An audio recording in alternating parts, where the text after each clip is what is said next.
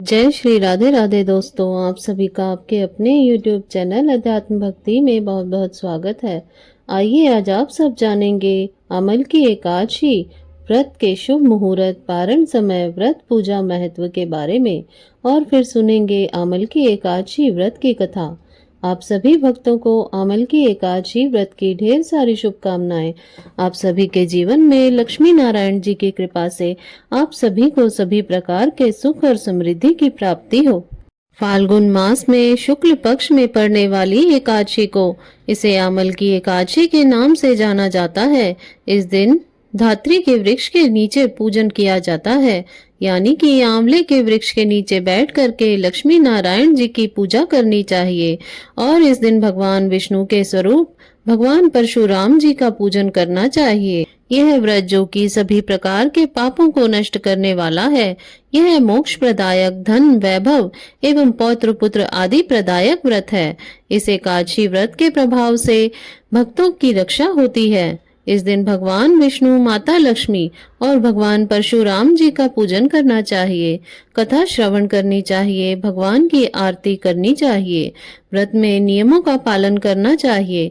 इससे भगवान विष्णु अपने भक्तों पर प्रसन्न होते हैं और अपने भक्तों के सभी प्रकार के पापों को नष्ट कर देते हैं तथा सुख और समृद्धि का आशीर्वाद प्रदान करते हैं और अंत समय में भगवान विष्णु के धाम की प्राप्ति होती है। एकादशी तिथि प्रारंभ समय 9 मार्च 2025 दिन रविवार सुबह 7:47 और एकादशी तिथि की जो समाप्ति है वह 10 मार्च 2025 दिन सोमवार सुबह 7:46 पे एकादशी तिथि की समाप्ति है।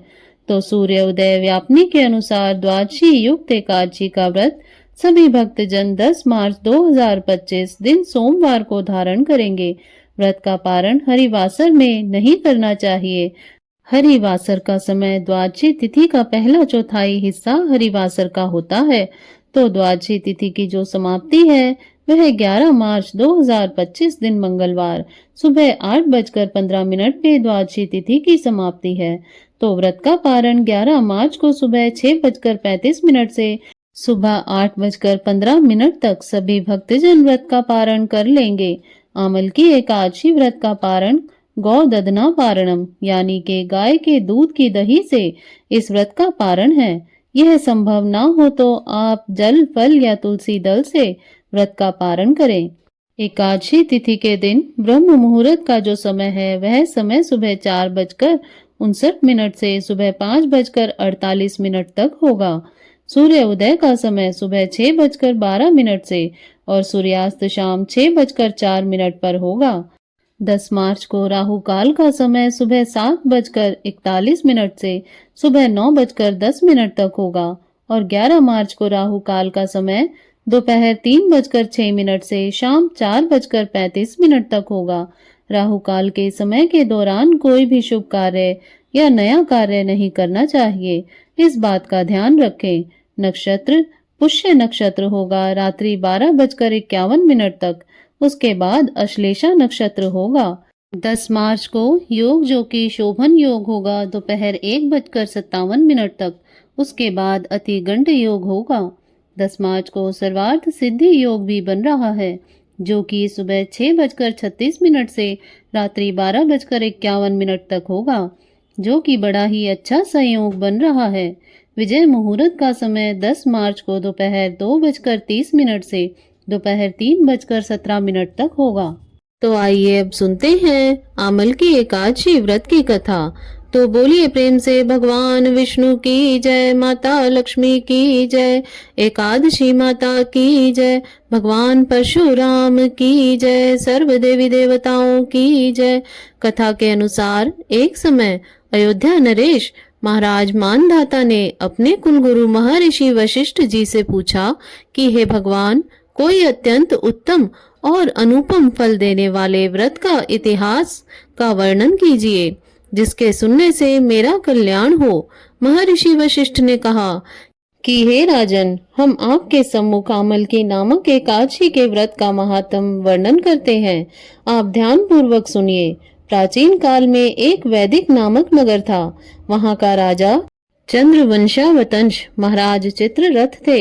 जो परम वैष्णव नारायण के अनन्य भक्त थे और उनके राज्य की सारी प्रजा प्रत्येक मास की समस्त एकादशियों का व्रत और नियम विधिवत करती थी। यहाँ तक कि पशु एवं पक्षी भी एकादशी के दिन आहार नहीं लेते थे। इस प्रकार महाराज चित्ररथ धर्म और न्याय युक्त राज्य करके अपनी प्रजा की सेवा करते थे। एक समय की बात है कि महाराज चित्ररथ अपनी सारी प्रजा सहित फाल्गुन शुक्ल आमलकी नामक की एकादशी के व्रत का उद्यापन करने के निमित्त ग्राम के बाहर उपवन में एक सरोवर के किनारे कुंभ स्थापित कर छत्र उपाहन पंचरत्न गंध धूप दीप और नैवेद्य से धात्री का पूजन करने लगे। कहा कि हे यामदग्ने, हे रेणुकानंदन, हे आमलके की छाया में उपविष्ट एवं मुक्तिदाता, आपको कोटि कोटि नमस्कार है। हे ब्रह्मा से उत्पन्न धात्री, सर्व पापों को नाश करने वाली धात्री, आपको नमस्कार है। हे देवी, मेरे अर्घ को ग्रहण करो और पापों को नष्ट करो। इस प्रकार राजा अपनी प्रजा सहित जागरण करता रहा। दैव संयोग से एक महा अधम याद जो वन में मार्ग भूल गया था, दिन भर का प्यासा एवं थका हुआ वहां आ पहुंचा और वह भी आश्चर्यचकित दृष्टि से वहां का प्रत्येक दृश्य देखने लगा। उस रात वह भी अपनी भूख प्यास भूल भगवान की कथा को सुनता रहा। यद्यपि उस व्याघ्र का कार्य पाप कर्म एवं हिंसा ही करना था, तथापि उस दिन उसने प्रेम पूर्वक भगवान की पूजा देखी। दूसरे दिन प्रातःकाल व्रत का पारण कर सभी लोग अपने अपने घर गए। वह व्याघ्र भी प्रसन्नता पूर्वक घर को चला गया।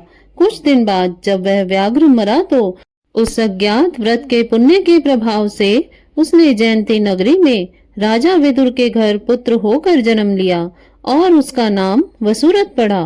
पिता के मरने के बाद वसुरथ ही उस नगरी का स्वामी हुआ और अत्यंत न्याय पूर्वक धर्म संयुक्त राज्य करने लगा। उसके राज्य में समस्त प्रजा अत्यंत सुखी और समृद्ध थी। कर्मशील, धनवान तथा निरालस ही अपनी प्रजा का पालन करता था। एक दिन वह राजा मृग्या करने के विचार से अपनी सेना और सेनापतियों के साथ वन में गया।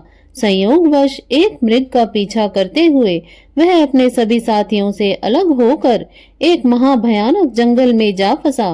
भूख और प्यास से व्याकुल हो एक वट वृक्ष के नीचे बैठकर विश्राम करने लगा। सुंदर शीतल और स्वच्छ वायु के झकोरे ने शीघ्र ही उसको निद्रा देवी की गोद में डाल दिया। राजा सभी अपना सुध-बुध भूलकर अचेत हो गए। उसी समय वहां पर बहुत से जंगली डाकुओं का दल आ पहुंचा और राजा को सोता देखकर नाना प्रकार के दुर्वाक्यों को कहता हुआ राजा को मारने के लिए झपटा और एक साथ ही राजा पर अनेक प्रकार के सहस्त्रों अस्त्रों का प्रहार कर दिया। परंतु आश्चर्य का विषय तो यह था कि राजा के शरीर पर किसी भी अस्त्र का घाव नहीं लगा और न राजा को कुछ मालूम ही हुआ। तब दुष्ट और भी कुपित हुए और हजारों की संख्या में राजा पर टूट पड़े। उसी समय एक अत्यंत तेजोमय सुंदरी हाथों में कृपाल लिए हुए वहां से निकली। उसको देखते ही दुष्टों के हाथ पैर ढीले पड़ गए। जो जहां था वहीं खड़ा हो गया। वह सुंदरी पैतरे बदलती हुई भगवती चंडी के समान समस्त दुष्ट मंडली को समाप्त कर अंतर्ध्यान हो गई। दुष्टों के कोलाहल एवं आर्तनाद से राजा की निद्रा भंग हुई। उसने ज्यों ही देखा आंखें खोलकर त्यों ही उसे चारों ओर लाशों का ढेर दिखाई पड़ा। तब राजा ने कहा, किसने मेरी रक्षा की है? इन दुष्टों को किसने मारा है? उसी समय आकाशवाणी हुई कि भगवान के सिवा कौन किसकी रक्षा करता है। ऐसी आकाशवाणी को सुनकर राजा अत्यंत ही प्रसन्न हुआ और घोड़े पर सवार हो अपने नगर को लौटा।